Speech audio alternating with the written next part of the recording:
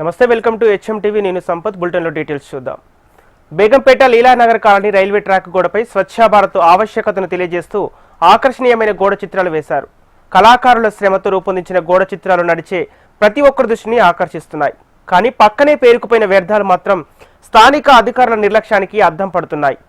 పర్యావరణ పరిరక్షణలో భాగంగా ఇటువంటి చిత్రాలు ప్రజల్లో మార్పులకు దోహదపడాలి. కానీ గోడలకు మాత్రమే పరిమితమవడంతో స్థానికులు విమర్శలు వ్యక్తం చేస్తున్నారు. చుట్టూ ఉన్న వాళ్ళకి అనారోగ్య సమస్యలు తలెత్తుతున్నాయని చెబుతున్నారు. దీనికి సంబంధించి మరింత సమాచారం మా ప్రతినిధి అలేఖ్య అందిస్తారు.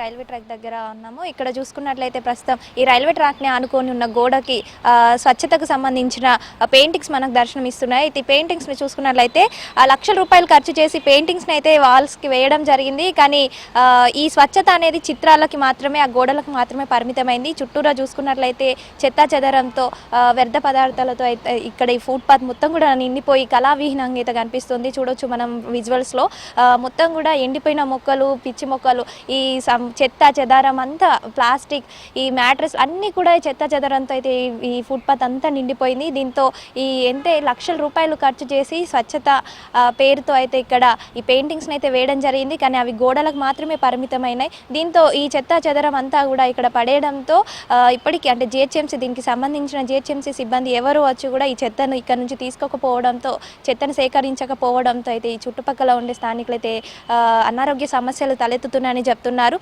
వర్షం పడినప్పుడు అవంతా కూడా, ఆ చెత్త అంతా కూడా తడిగా మారిపోయి దాని నుంచి దుర్వాసన వస్తుందని అయితే స్థానికులు ఆందోళన వ్యక్తం చేస్తున్నారు. ప్రస్తుతం మనం విజువల్స్లో చూసుకోవచ్చు ఇక్కడ పరిస్థితి ఏ విధంగా ఉందనేది. అంతేకాకుండా ఇక్కడ నుంచి రైల్వే ట్రాక్ గోడ ఎక్కడ అంటే లీలానగర్ మొత్తం కూడా బేగంపేట ఫ్లైఓవర్ వరకు కూడా ఈ గోడ పైన అన్ని కూడా స్వచ్ఛతకి సంబంధించి జిహెచ్ఎంసీ పెయింటింగ్స్ని అయితే వేయడం జరిగింది. కానీ ఇవి గోడలకు మాత్రమే పరిమితమయ్యే.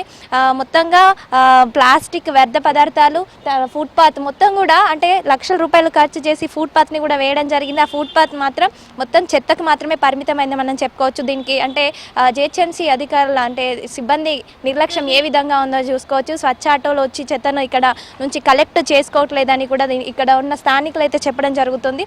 అంతేకాదు దీనివల్ల అయితే అనారోగ్య సమస్యలు తలెత్తుతున్నాయని స్థానికులు ఆందోళన వ్యక్తం చేయడం జరుగుతుంది. ఇప్పటికీ కూడా అంటే నెలలు గడుస్తున్నప్పటికీ కూడా ఎవరు కూడా చెత్తను కలెక్ట్ చేసుకోవడానికి రావట్లేదని అయితే ఇక్కడున్న స్థానికులు చెప్తున్నారు. ఇకనైనా దీనికి సంబంధించిన అధికారులు స్పందించి ఏదైతే ఉందో స్వచ్ఛ ఆటోలో వచ్చి ఈ చెత్తనంతా కూడా, తడి పొడి చెత్తనంతా కూడా సేకరించి తీసుకెళ్లాలని అయితే స్థానికులు కోరుతున్నారు.